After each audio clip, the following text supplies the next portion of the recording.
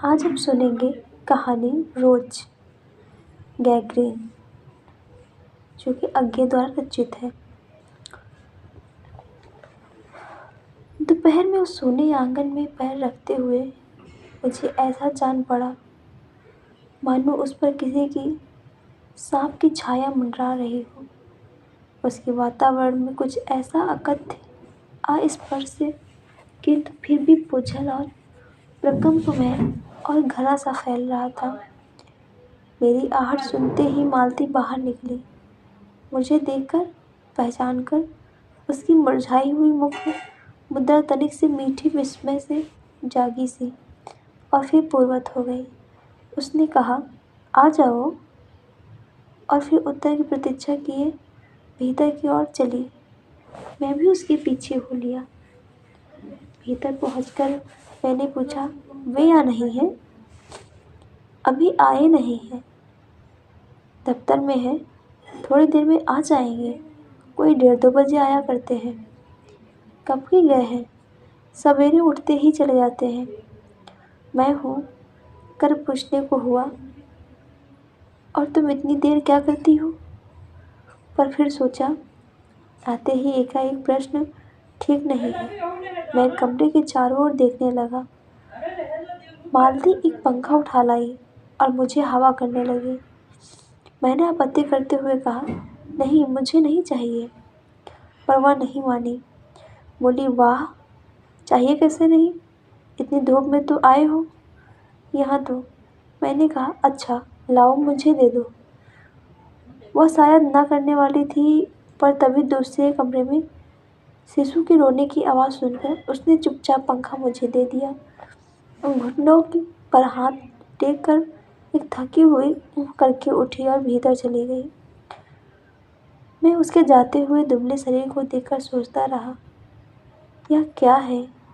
यह कैसी छाया इस घर पर छाई हुई है?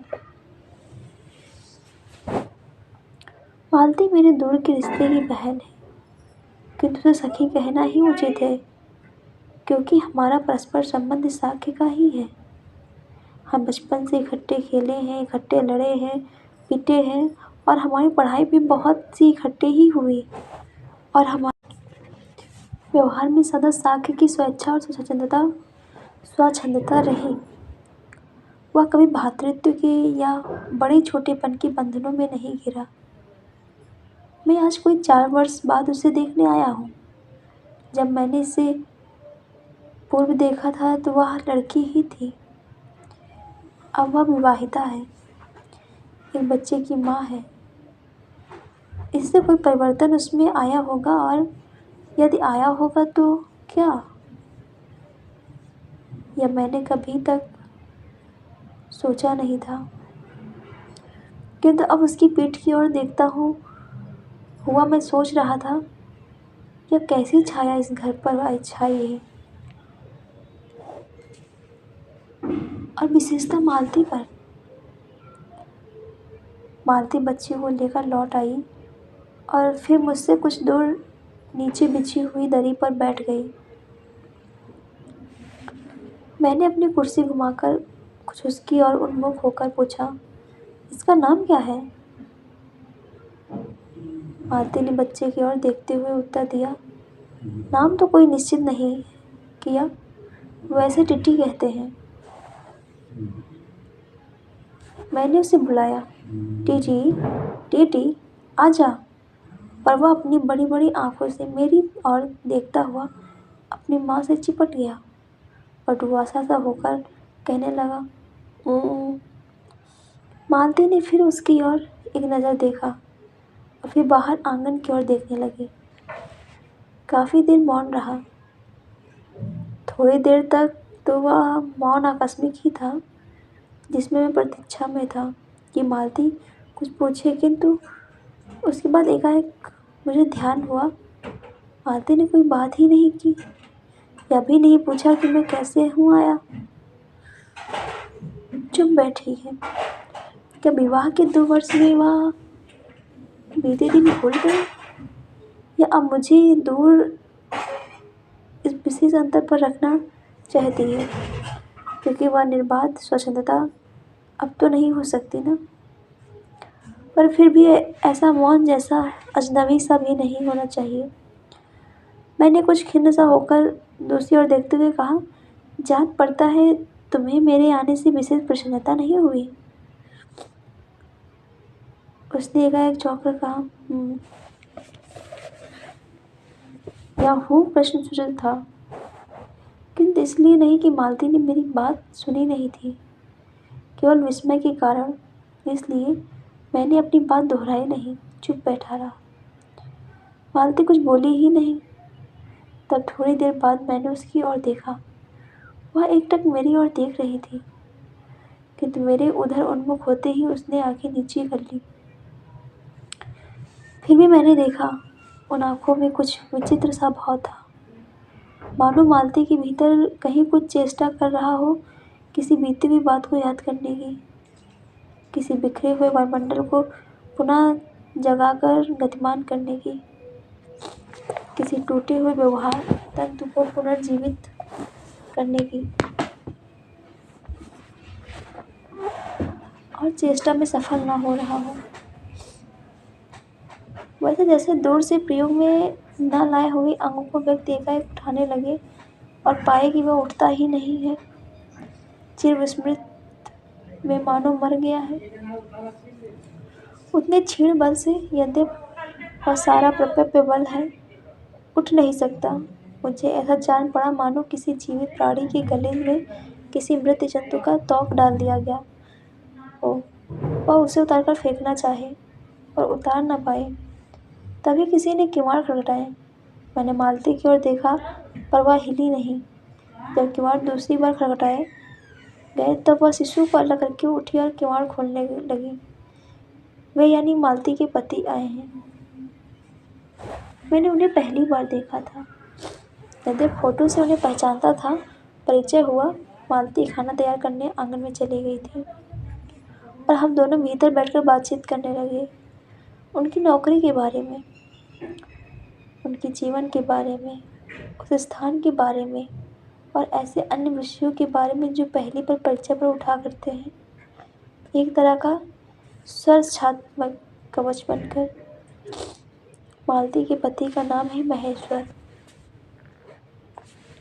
वह एक पहाड़ी गांव में सरकारी डिस्पेंसरी के डॉक्टर हैं। उसी हैसियत से इन क्वार्टरों में रहते हैं। प्रातःकाल 7 बजे डिस्पेंसरी चले जाते हैं और 1:30 या 2 बजे लौटते हैं। उसके बाद दोपहर भर छुट्टी रहती है।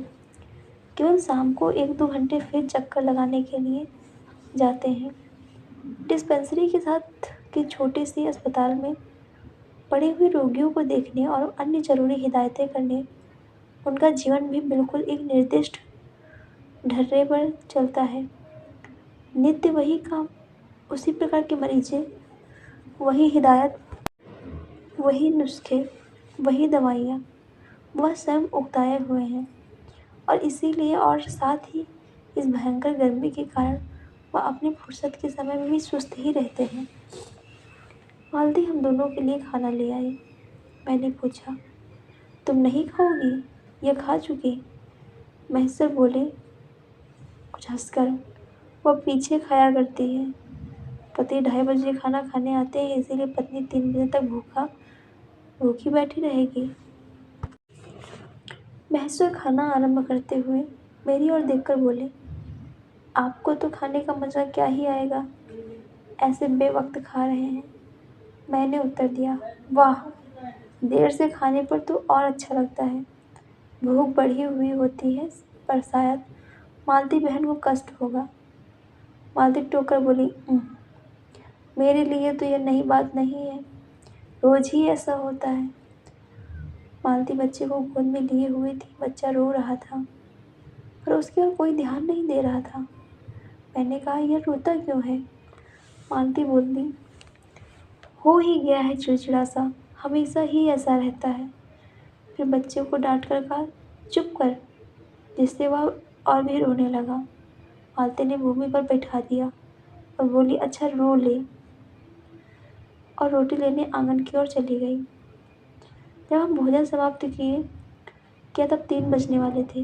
महेश्वर ने बताया कि उन्हें जल्दी अस्पताल जाना है। यहाँ 1-2 चिंताजनक केस आए हुए हैं जिनका ऑपरेशन करना पड़ेगा। 2 की शायद टांग काटनी पड़े, गैंग्रीन हो गया है। थोड़ी ही देर में वह चले गए। मालती किवाड़ बंद कर आई। मेरे पास बैठने लगी थी कि मैंने कहा, अब खाना तो खा लो, मैं उतनी देर टीटी से खेलता हूँ। वह बोली, खा लूँगी, मेरे खाने की कौन बात है, किंतु चली गई। मैं टीटी को हाथ में लेकर झुलाने लगा, जिससे वह कुछ देर के लिए शांत हो गया। दूर शायद अस्पताल में ही 3 खड़के। एकाएक मैं चौंका। मैंने सुना मालती वहीं आंगन में बैठी अपने आप ही एक लंबी सी थकी हुई सांसें रद्द कह रही थी। 3 बज गए। मानो बड़ी तपस्या के बाद कोई कार्य संपन्न हो गया हो। थोड़ी देर में मालती फिर आ गई। मैंने पूछा, तुम्हारे लिए कुछ बचा भी था? सब कुछ तो बहुत था। हाँ, बहुत था। भाजी तो सारी मैं ही खा गया था, वहाँ बचा कुछ होगा नहीं। यूं ही रौब तो न जमाओ कि बहुत था, मैंने हंसकर कहा। मालती मानो किसी और विषय की बात कहते हुए बोली, सब्जी वब्जी तो कुछ नहीं होती, कोई आता जाता है तो नीचे से मंगा लेते हैं। मुझे आए 15 दिन हुए हैं। जो सब्जी साल लाए थे वही अभी बढ़ती जा रही है। मैंने पूछा, नौकर कोई नहीं है? कोई ठीक मिला नहीं, शायद 1-2 दिन में हो जाए। बर्तन भी तुम ही मांजती हो? और कौन, कहकर मालती क्षण भर में आंगन में जाकर लौट आई। मैंने पूछा, कहाँ गई थी? आज पानी ही नहीं है, बर्तन कैसे मांजेगी? क्यों, पानी को क्या हुआ? रोज ही होता है, कभी वक्त पर आता है नहीं। आज शाम को 7 बजे आएगा, तब बर्तन मांजेंगे। चलो, तुम्हें 7 बजे तक छुट्टी हुई, कहते हुए मन ही मन सोचने लगा, अब इसे रात के 11 बजे तक काम करना पड़ेगा। छुट्टी क्या खाक हुई? यही उसने कहा। मेरे पास कोई उत्तर नहीं था।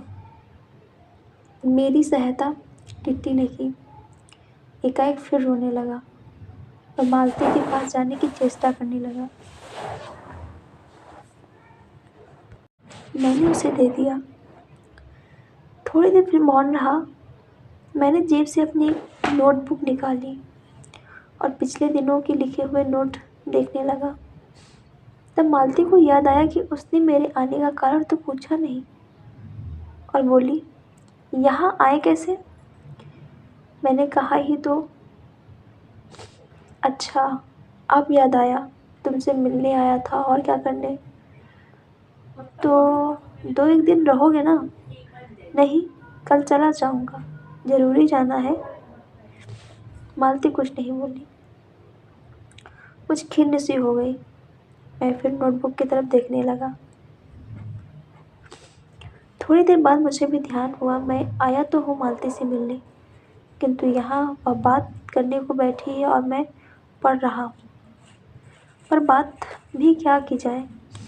मुझे ऐसा लग रहा था कि इस घर पर जो छाया गिरी है वो अज्ञात रहकर भी मानो मुझे भी वश में कर रही हो। मैं भी वैसा ही नीरस निर्जीव सा हो रहा हूँ, जैसे यह घर, जैसे मालती। मैंने पूछा, तुम कुछ पढ़ती लिखती नहीं? मैं चारों ओर देखने लगा कि कहीं किताबें देख पड़े। यहाँ, कहकर मालती थोड़ा सा हंसती। वह हंसी कह रही थी, यहाँ पढ़ने को क्या है? मैंने कहा, अच्छा। मैं वापस जाकर कुछ पुस्तक भेजूंगा, और वार्तालाप फिर समाप्त हो गया। थोड़ी देर बाद मालती ने फिर पूछा, आए कैसे हो? लारी में? पैदल? इतनी दूर बड़ी हिम्मत की, आखिर तुमसे मिलने आया हूँ। ऐसे ही आए हो? नहीं, कोली पीछे आ रहा है सामान लेकर।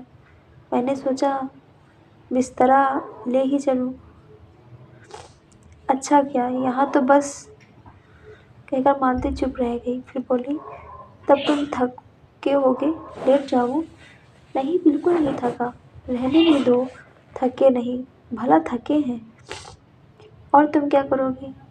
मैं बर्तन मांज रखती हूँ, पानी आएगा तो धुल जाएंगे। मैंने कहा वाह, क्योंकि और कोई बात मुझे सूझी नहीं। थोड़ी देर में मालती उठी और चली गई। टीटी को साल देकर तब मैं भी लेट गया और छत की ओर देखने लगा। मेरे विचारों के साथ आंगन से आती हुई बर्तनों के घिसने की खन खन ध्वनि मिलकर एक विचित्र एक स्वर उत्पन्न करने लगी, जिसके कारण मेरे अंग धीरे धीरे ढीले पड़ने लगे और मैं ऊँघने लगा। एकाएक स्वर टूट गया, मौन हो गया। इससे मेरी तंद्रा भी टूटी। मैं उस मौन में सुनने लगा। चार खड़क रहे थे। इसी का पहला घंटा सुनकर मालती रुक गई थी। वह 3 बजे वाली बात मैंने फिर देखी, अब की बार उग्र रूप में। मैंने सुना मालती एक बिल्कुल अनैच्छिक अनुभूतिहीन नीरस यंत्रवत, वह भी थके हुए यंत्र के स्वर से कह रही 4 बज गए, मानो इस अनैच्छिक समय को गिनने में ही उसका मशीन तुल्य जीवन बीतता हो। वैसे ही जैसे मोटर का स्पीडोमीटर यंत्रवत फासला नापता हो और यंत्रवत विश्रांत स्वर में कहता है कि मैंने अपने अमित सोनीपत का इतना अंश दिया, तय कर लिया, न जाने कब मुझे नींद आएगी।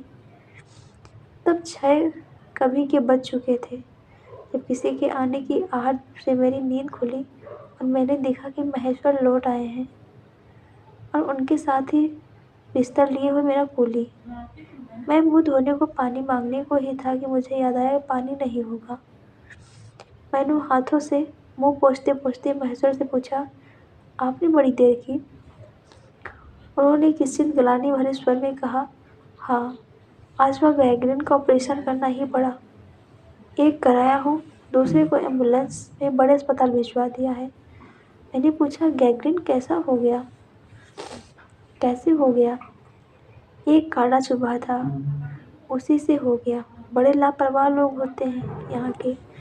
मैंने पूछा, यहाँ आपको केस अच्छे मिल जाते हैं? आय के लिहाज से नहीं, डॉक्टरी के अभ्यास के लिए। बोले हाँ, मिल ही जाते हैं।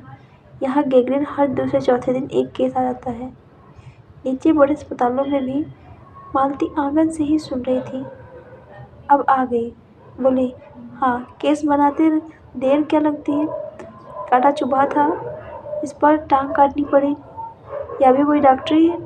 हर दूसरे दिन किसी की टांग, किसी की बाँह काट आते हैं। इसी का नाम है अच्छा अभ्यास। महेश्वर हंसे, बोले, ना काटे तो उसकी जान गंवाए। हाँ, पहले तो दुनिया में ही कांटे ही नहीं होते होंगे। आज तक तो सुना था कि कांटों के चुभने से मर जाते हैं। महेश्वर ने उत्तर नहीं दिया, मुस्कुरा दिए।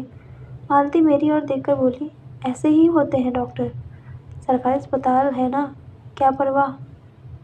मैं तो रोज ही ऐसी बातें सुनती हूँ। अब कोई मर मुर जाए तो ख्याल ही नहीं होता।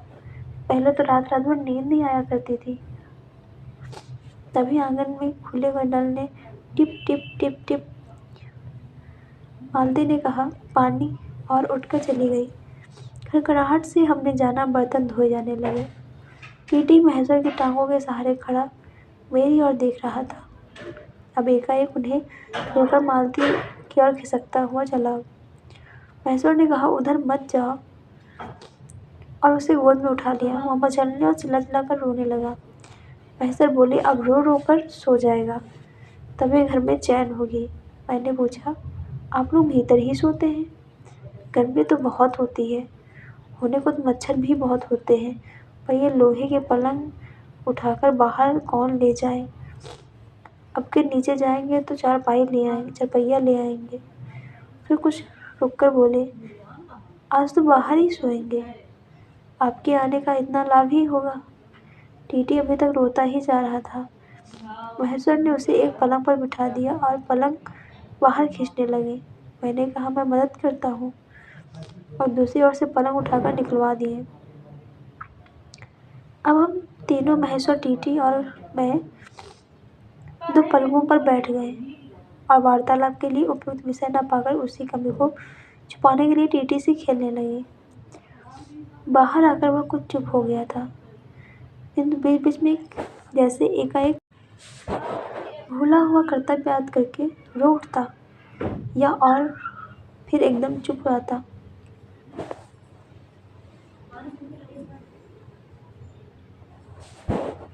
और कभी कभी हम हंस पड़ते थे या महसूर उसके बारे में कुछ बात कह देते थे। मालती बर्तन धो चुकी थी जब वह उन्हें लेकर आंगन की एक और रसोई के छप्पर की ओर चली तब महेश्वर ने कहा, थोड़े से आम लाया हूँ, वह भी धो लो। कहाँ है?